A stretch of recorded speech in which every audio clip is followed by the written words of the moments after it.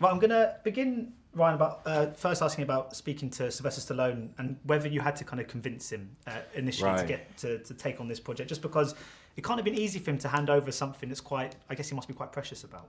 Yeah, no, definitely. You know, in Slaj, he's a thinker, man. He's really cautious.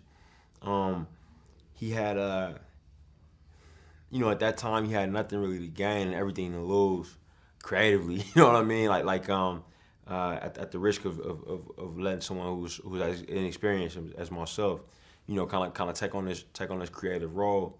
So I mean, I could understand his apprehension.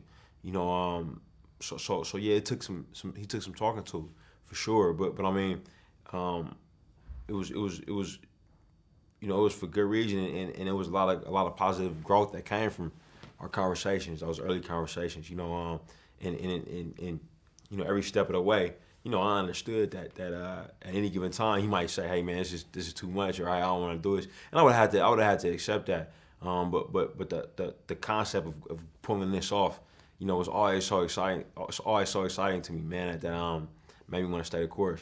Because I imagine it must have been quite tough to kind of propose the idea that Rocky, who, I mean, a character he's portrayed his whole life, who's the kind of the epitome of kind of strength and courage, and suddenly masculinity. He's become a masculinity, and now he's quite fragile, very vulnerable in this movie. Mm-hmm. I mean, for Sly, that must have been quite something you had to really digest. Yeah, it was, man. And I think it's something that's I mean, it's something that we all gotta digest in life, right? It's scary, it's weird, it's strange. You know, doesn't truly make sense. It was what I was going through with my father. You know, seeing him,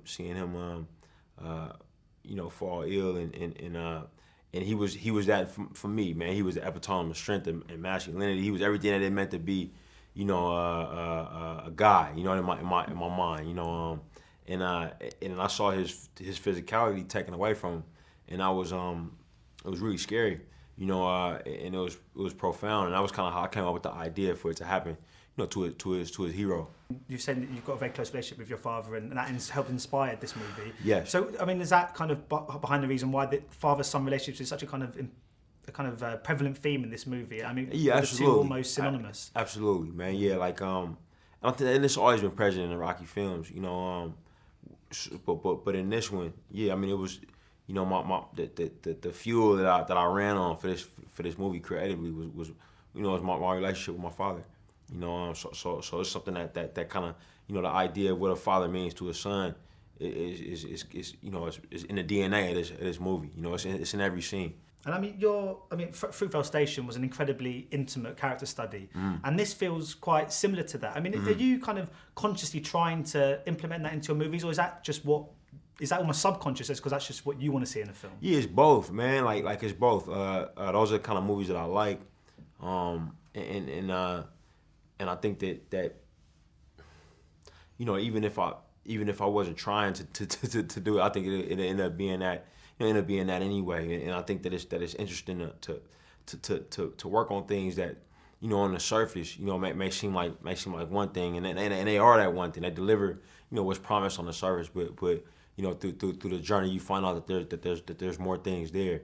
I was really interested in making this movie that would seem like a, you know, a commercial, you know, boxing film on the surface, you know, but it really is just a character study of a guy who has, you know, severe daddy issues. You know what I mean? Yeah.